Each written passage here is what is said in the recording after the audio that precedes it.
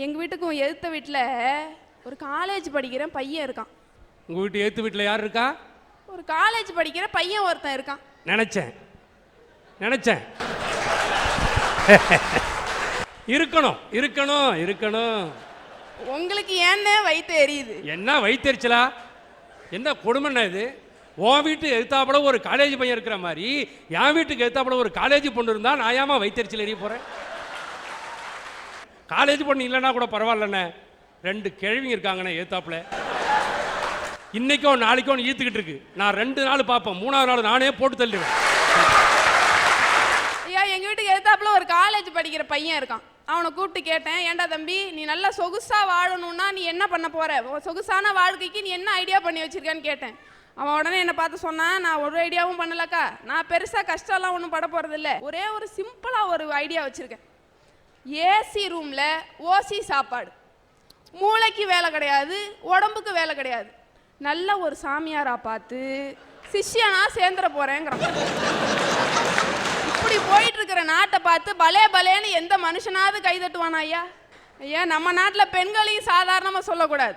ஈஸியாக ஏமாறுறவங்களே பெண்கள் தான். 2 பெண்கள் சாமியாரை பார்க்கறதுக்காக வெயிட் பண்ணிட்டு இருந்தாங்க.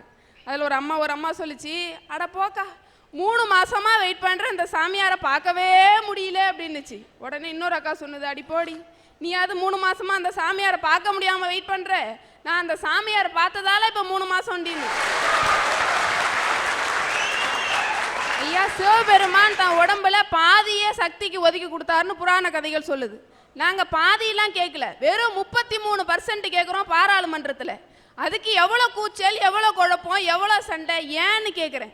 ஏன் இப்படி அடிச்சுக்கிறீங்க? ஒரு பெண்களுக்கு மதிப்பு கொடுத்து அவங்களையும் கொண்ட பாராளுமன்றத்தில் உட்கார வச்சா என்னன்னு கேட்குறேன் நான். நல்லா கேட்டம்மா, 33% கேட்குறீங்க, நான் ஒத்துக்கிறேன். ஆனால் எங்கள் வீட்டில் 100க்கு 100% நான் கொடுத்துருக்கேன்.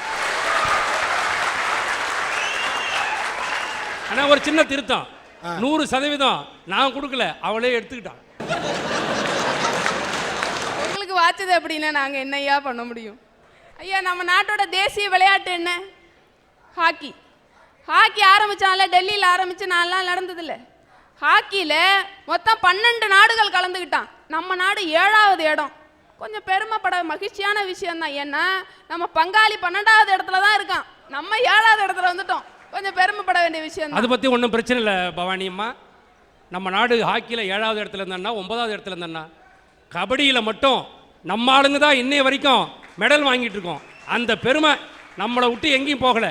அதில் குறிப்பாக நம்ம தமிழ்நாட்டு ஆளுங்க தான் அதிகமாக பிளேயர்ஸ் அந்த கபடி டீமில்.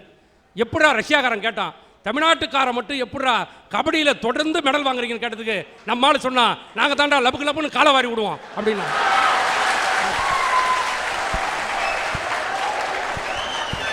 இந்தியாவில் 110 கோடி மக்கள் தொகை இருக்கான். ஹாக்கி விளையாடுறதுக்கு நல்ல ஆளே கிடைக்கலையா? 7வது இடத்துல தான் நம்ம போய் இருக்கணுமா? ஏன்னா நம்ம நாட்டோட தேர்வு குழு சரியா இல்லை. இப்படிப்பட்ட நாடை நினைச்சு பலே பலேன்னு யாராவது கைதட்ட முடியுமா? பரிதாபப்படத்தாயா முடியும். இன்னைக்கு நாட்டில் போலிகள் ரொம்ப அதிகமாயிடுச்சு. போலி டாக்டர்கள் முக்கியமாக ரொம்ப அதிகமாயிட்டாங்க. போலி சாமியார், போலி டாக்டர்கள் எல்லாத்துலேயுமே போலிகள் ரொம்ப அதிகமாயிடுச்சு. எங்கள் வீட்டுக்கு பக்கத்தில் ஒரு கிளினிக் இருக்குது. அங்கே ஒரு வாரமாக ஒரு ஆள் தங்கி வைத்தியம் பார்த்துட்டு இருக்கான். ஒரு 4 நாளைக்கு முன்னாடி அந்த பக்கமாக போனேன். அந்த நர்ஸை கூப்பிட்டு அவன் சொல்கிறான், நர்ஸ், நீங்கள் என் இதயத்தையே திருடிட்டீங்க நர்ஸ் அப்படின்னா. உடனே அந்த நர்ஸ் திரும்பி சொல்லிச்சு, அட போடா மூதேவி, உன் கிட்னியை டாக்டர் திருடி 4 நாள் ஆகுது. நாடு இன்னைக்கு இப்படி போயிட்டு இருக்கு. ஆனால் இதை விட ஒரு வெக்கப்பட வேண்டிய விஷயம் என்ன தெரியுமா? என் நாட்டில் இன்னைக்கு நடந்தது. வெறும் 10வது படித்த பொண்ணு தான் காவல்துறையில் ஏசின்னு சொல்லிட்டு 2 வருஷம் வளம் வந்திருக்கா. ஐயா, இதை விட கொடுமையான விஷயம், உண்மையான ஏசுக்கு சல்யூட் அடிச்சிருக்காரு. ஐயா, இன்னைக்கு விஞ்ஞானத்துறையும் சும்மா சொல்லக்கூடாது, ரொம்ப அருமையாக வளர்ந்துருக்கு, சந்தோஷப்பட வேண்டிய விஷயம் தான். இன்னைக்கு செல்போன் படுத்துகிற பாடு. எங்கள் ஊரில் ஒரு கல்லூரி படிக்கிற இளைஞன் காதில் செல்ல வச்சுட்டு உருண்டு பேசுகிறான், படுத்து பேசுகிறான், மாடியில் நின்று பேசுகிறான், கீழே நின்று பேசுகிறான். 1 மாதம் கழிச்சு செல்ல பிடி வாங்கிக்கிறான், அதில் சிம் கார்டே இல்லை. என்னம்மா ஏமாத்துறான் நாட்டை? ஐயா, இன்னைக்கு நாடு எப்படி போயிட்டு இருக்கு தெரியுமா? பேங்க்குக்கு போய் பார்த்தா இருப்பு இல்லை, கோயிலுக்கு போனால் செருப்பு இல்லை, போலீஸ் ஸ்டேஷன் போனால் கருப்பு காணும், கடைசியில் ஆஸ்பத்திரிக்கு போனால் உறுப்பு கூட இருக்க மாட்டேங்குது. அங்கே எல்லாத்தையும் இப்படிங்க விட்டுறான். சில பேருக்கு கல்யாணம் ஆனால் சிரிப்பே இருக்க மாட்டேங்குதுமா. நாட்டில் எது தேவை தேவையோ அதை மனிதன் எடுத்துக்கிறதே கிடையாது. நாட்டில் எது தேவையோ அதை மனிதன் எடுத்துக்கிறது கிடையாது. ஏன்னா நான் பிசியோதெரப்பியில் மாஸ்டர் டிகிரி முடிச்சிருக்கேன். இன்னைக்கு எங்கள் நிலைமை என்ன தெரியுமா? நாங்கள் ஒரு மருத்துவத்துறையை சேர்ந்தவங்க தான். எங்களுக்கும் 4.5 வருஷம் படிப்பு. நான் மொத்தம் 7 வருஷம் படிச்சிருக்கேன். ஆனால் இப்போ எங்களோட நிலைமை என்ன தெரியுமா? எங்களை டாக்டர்னு போடக்கூடாதுன்னு சொல்லி ஒரு கும்பலை கங்கணம் கட்டிட்டு தெரியுது. பொதுவாகவே மக்களுக்கு மூட்டு வலி, கைகால் வலி எல்லாம் ரொம்ப அதிகமாயிடுச்சு. இதுதான் உண்மை. இன்னைக்கு நாட்டில் ஜிஹெச்சில் ஃபிசியோதெரப்பி டிபார்ட்மெண்ட்டுக்கு மட்டும் 600 நோயாளிகள் வராங்க. ஆனால் 4 ஃபிசியோதெரபிஸ்ட் தான் போட்டிருக்காங்க. ஆனால் எங்களுக்குன்னு இது வரைக்கும் எந்த கவுன்சிலும் ஃபார்ம் பண்ணி கொடுக்கல. அரசாங்கத்திட்ட நாங்கள் போராடி இன்னைய வரைக்கும் ஓயாமல் போராடிட்டு தான் இருக்கோம். நான் என்ன கேட்குறேன், நாங்கள் ஆரம்ப சுகாதார நிலையத்தில் சேர்ந்து மக்களுக்கு சேவை செய்ய தயாராக இருக்கோம். நாங்களும் அதே மருத்துவர்களுக்கு இணையாக தான் படிக்கிறோம். நாங்கள் ஏன் டாக்டர்னு போடக்கூடாது? சும்மா ஒன்றும் தெரியாத பையன் ராஜ வைத்தியம் அது இதுன்னு சொல்கிறவெல்லாம் டாக்டரா போட்டுட்டு போய் போலீஸ் ஸ்டேஷனில் உட்காந்துருக்கான், கம்பி எண்ணிட்டு இருக்கான். உண்மையை படித்த நாங்கள் ஏன் டாக்டர்னு போட சொல்லக்கூடாது என்று இந்த அரட்டை அரங்கு மூலியமாக எங்களுக்கு ஒரு தீர்வு கிடைக்க வேண்டும் என்ற ஆழமான கருத்தை பதிவு செய்து நீங்கள் ஒரு நல்லா கேட்ட பவானி. டாக்டர் பட்டம் உனக்கு வேணும் அவ்வளோதானே? 25,000 கொடு, நாளைக்கே வாங்கி தரேன். அப்படியே சண்டே மார்க்கெட்டில் கொட்டி விற்கிறாங்க. 50,000 கொடுத்தனா என்ஜினியர், நீ நாளைக்கே நீ டாக்டரு வச்சுக்கா. இவர் மாதிரி நாட்டில் நிறைய பேர் இருக்கிறதுனால தான் நாடு இன்னும் பரிதாபத்துக்கு உள்ளாகிட்டே இருக்கு. இந்த அரங்கத்தில் நம்ம இத்தனை பேர் இருக்கோம். நம்மளோட வாழ்க்கையில இது வரைக்கும் ஒரு தப்பு கூட செஞ்சதில்லை அப்படிங்கிறவங்க யாருமே இருக்க முடியாது. அது யதார்த்தம். ஏதோ ஒரு சூழ்நிலையில ஏதோ ஒரு சின்ன தப்பு செஞ்சிருக்கலாம். சின்ன தப்பு ஐயா, தப்புல சின்ன தப்பு பெரிய தப்பு எது தப்புன்னே தெரிய மாட்டாங்குது. இப்போ அது என்ன சின்ன தப்பும் பெரிய தப்பும் ஒன்றாயிடும். ஒரு ரோட்டில் நடந்து போயிட்டு இருக்கீங்க, போகும்போது தெரியாதனமாக ஒரு பெண் போயிட்டு இருக்கிறாங்க. அந்த பெண்ணு மேலே தெரியாதனமாக பட்டுடுனே அது பட்டுடுது. ஆனாலும் பட்டது தப்பு தான், சாரின்னு சொல்கிறோம். அது சின்ன தப்பு. ஆனால் வேற சில பார்ட்டி இருக்குது, கொஞ்சம் அப்படி பார்த்தோன்னே என்ன ஃபிகர் மச்சான், ஃபிகர் ஒரு மாதிரியா வருது, இப்போ பாரு ஃபிகர் எப்படி இருக்குன்னு அப்படின்னு சொல்லிட்டு போய் டுஃப் அப்படின்னு ஒரு இடி இடிச்சா அது என்ன தப்பு? அது பெரிய தப்பு இல்லை. திட்டம் போட்டு இடிக்கிறது பெரிய தப்பு. எதிர்பாராமலே ஒரு பெண் மேலே இடிச்சுட்டு அது சின்ன தப்பு. ஆக என்ன தப்பு பண்ணாலும் தப்பு தான் ஒரே கண்ணோட்டத்தில் வச்சு பார்க்கக்கூடாது. ஐயா, இன்னைக்கு நம்ம நாடு மக்கள் தொகையில 2வது இடத்துல இருக்கு. அப்படி இருக்கும்போது அங்கங்க சின்ன சின்ன கலவரங்களும் தப்புகளும் நடக்கிறது யதார்த்தம். அதையும் தாண்டி இன்னைக்கு நம்ம வளரும் நாட்டுல முதலிடமா இருக்கிறோம் இல்லையா? இதை நினைச்சு பாராட்ட வேண்டாமா ஐயா? அமெரிக்கா இன்னைக்கு உலக நாட்டுக்கே சிம்ம சொப்பனமா நின்றுகிட்டு இருக்காங்க. அந்த சூழ்நிலையிலும் பொருளாதார வீழ்ச்சின்னு சொல்லி நாளுக்கு ஒரு வங்கியை இழுத்து மூடிட்டு இருக்கிறப்ப நம்ம நாட்டுல விவசாயிகளோட பரிதாப நிலையை பார்த்து ஒவ்வொரு நாளும் சலுகைகளும் கொடுத்த வட்டிகளையும் இன்னைக்கு தள்ளுபடி செஞ்சுக்கிட்டு தானே இருக்காங்க. அப்ப நம்ம நாட்டை பார்த்து பலே பலேன்னு பாராட்ட தானங்க ஐயா தோணுது. ஐயா ஒரு நிமிஷம், விவசாயத்துக்கு லோன் கொடுக்குறாங்களா? விவசாயம் பார்க்கறதுக்கு நிலமே இல்லாம இருக்கிறதுன்றத அக்கா மறந்துட்டாங்க.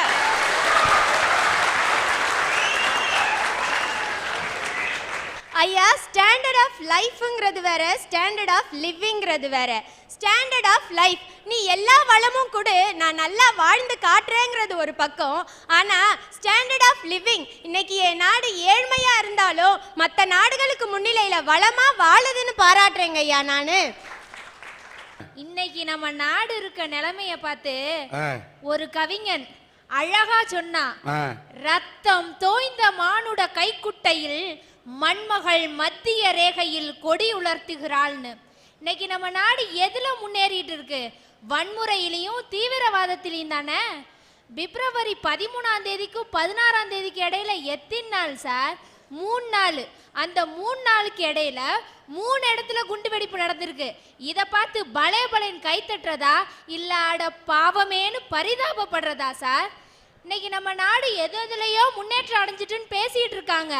வருஷத்துக்கு 21 லட்சம் குழந்தைங்க சாப்பாடே இல்லாம இறந்து போயிட்டு இருக்காங்க இந்த நாட்டில். சுண்டைக்காய் கால் பண்ணோன்னா சொமகூலி முக்கா பணம்னு சொல்லுவாங்க. அது மாதிரி வெளிநாட்டுக்கு 3 ரூபாய்க்கு ஏற்றுமதி பண்றோம் உணவு பொருளை. ஆனா உள்நாட்டில் இல்லாதவன் 5 ரூபா கொடுத்து கேட்டாலும் கொடுக்கறதுக்கு மனசு வரல. இதை பார்த்து அட பாவமேன்னு சொல்றதா இல்ல பலேன்னு கை தட்டுறதா? Sir, AR Rahman Oscar award வாங்கினதுக்கு நான் கை தட்டுறேன். ஆனா அந்த படத்துக்கு பேர் என்ன வச்சாங்க? Slumdog Millionaire. அன்னைக்கு ஒரு ஆங்கிலேயன் இந்தியனை பார்த்து நாயின்னு சொன்னதுக்கு நம்மளுக்கு எல்லாரும் கோவம் வந்ததே. இன்னைக்கு ஒரு இந்தியனே இந்தியனை பார்த்து நாயின்னு சொல்றப்ப ஏன் வாய மூடிட்டு இருக்கோம்? இத பார்த்து தான் சார். இல்ல வாய் மூடிட்டு இல்ல, நீ சொல்ற அதுல ஸ்லம் டாக் மில்லியனர்னு சொல்லக்குள்ள ஸ்லம்ல இருக்கக்கூடிய எங்களை டாக்னு சொன்னாலும் நாங்களும் வாழ்க்கையில மில்லியனர் ஆவோம்ல. இன்னைக்கு சில பேர் சொல்லுவாங்க சார், அரசியலுக்கு வர்றது ரொம்ப ரொம்ப ஈஸின்னு. ஆனா அரசியலுக்கு வர்றதுக்கும் 3 முக்கியமா தேவை. என்னென்னு சொல்றேன் கேட்டுங்க. Man power, muscle power, money power. இது 3 இருந்தாதான் இன்னைக்கு அரசியலுக்கு வர முடியும். இதை எல்லாத்தையும் வச்சுட்டு ஜார்க்கண்ட்ல ஒரு சுயேட்சை எம்எல்ஏ மதுகோடான்னு எப்படியோ முதலமைச்சர் ஆயிட்டாரு. ஜார்க்கண்டோட பட்ஜெட்டே 3000 கோடி ரூபாய். ஆனா இவர் ஒரு வருஷத்துல சம்பாதிச்சது 4000 கோடி ரூபாய். இப்படி போயிட்டு இருக்கு சார் அரசியல். இத பார்த்து அட பாவமேன்னு சொல்ல முடியுமா, இல்ல பலே பலேன்னு கைத்தட்ட முடியுமா? ஐயா, இன்னைக்கு பாகிஸ்தான்காரன் காஷ்மீரை கொண்டான்னு சண்டை போடுறான், சைனாக்காரன் அருணாச்சல் பிரதேச கொண்டான்னு சண்டை போடுறான். நம்ம கிட்ட பலமான ராணுவம் இருந்தோம் தற்காப்புக்கு தான் அதை பயன்படுத்துறோமே தவிர அடுத்த நாட்டோட பிடி மண்ணுக்கு கூட ஆசைப்படாத உயர்வான நாடுயா நம்ம நாடு. அதை பார்த்து பலே பலேன்னு பாராட்ட தோணலையா? அடுத்ததா கல்வித்துறை எடுத்துக்கலாம். 10 லட்சம் மக்கள் தொகை உள்ள ஒரு இடத்துக்கு ஒரு மெடிக்கல் காலேஜ் அப்படின்றது விகிதாச்சாரம். நம்ம புதுவையை எடுத்துக்கோங்க, இருக்கிற மெடிக்கல் காலேஜோட எண்ணிக்கை எத்தனைங்க? 5 medical college, 6 engineering college, 5 arts and science college, 5 பாலிடெக்னிக்னு இன்னைக்கு எப்படி நம்மளும் படிச்சுக்கிட்டு 127 ஒயின் ஷாப்பை விட்டுட்டாங்க காரைக்கால் பகுதியில். இது என்ன பெரிய லொல்லா இருக்க? ஏன்பா அந்த அம்மா படிக்கிறத பத்தி பேசுனா நீ குடிக்கிறத பத்தி நினைச்சிட்டு உட்கார்ந்திருக்க? ஐயா ஒரு நிமிஷம், அந்த அம்மா சொன்னதான் உண்மைதாங்க. ஆனால் எல்லாத்தையும் வாத்தியார் இருக்காங்களா சொல்லி கொடுக்கறதுக்கு? இன்னைக்கு வாத்தியார் இல்லாம படிச்ச நம்மால வச்சுக்கிட்டு கம்பெனி நடத்துற பில்கேட்ஸ் அங்கிருந்து இந்தியர்கள்லாம் அனுப்பிட்டா நான் என்னோட ஹெட் குவார்ட்டர்ஸை நான் இந்தியாவுக்கு மாத்துறேன்னு சொல்றான். வாத்தியார் இல்லாமையே இந்த இவ்வளோ அளவு நம்ம முன்னேறிக்கோம்னா இருந்தா வருங்காலத்துல எவ்வளவு முன்னேறுவோம் அதை யோசிச்சு பாருங்க. அதாவது அந்த காலத்துல பெரியம்மைன்னு ஒரு நோய் இருந்துச்சு நம்ம நாட்டுல. அது வந்தா அவங்க படுற கஷ்டம் மற்றவங்களால பார்க்க முடியாது. ஆனா இன்னைக்கு அந்த நோய் எங்கேயா போனுச்சு? எல்லாத்தையும் முற்றிலுமா ஒழிக்கலையா? எல்லாத்தையும் முழுமையா ஒழிச்சு எடுத்துட்டோம். ஆனா எய்ட்ஸ் இறக்குமதி பண்ணியிருக்கோம். ஐயா ஒரு நிமிஷம், அறிவியலில் உயர்ந்து நல்லா இப்போ முன்னேறி இருக்குன்னு சொல்றாங்க. மருத்துவத்தில் மூக்குல ஒரு சளிக்கும் பொம்பளைக்கு வர கோவத்துக்கும் இது வரைக்கும் மருந்து கண்டுபிடிச்சிருக்காங்களா? மூக்கு சளிக்கு மருந்து இருக்கா நம்ம நாட்டில்? இன்னைக்கு உலகத்தோட மிகப்பெரிய பல்கலைக்கழகங்கள்ல 2வது இடம் நம்ம நாட்டில் இருக்கிற Indira Gandhi national open university. இது பெருமை இல்லையா நம்மளுக்கு? நம்ம நாட்டை தேடி உயர்கல்விக்காக இன்னைக்கு வர்ற எத்தனை வெளிநாட்டவர்களை பார்க்குறோம். நம்ம நாட்டில் உயர்கல்விக்கு முக்கியத்துவம், தரத்துல முதலிடம். இதுக்கு சொல்ல வேணாமா பலே பலே?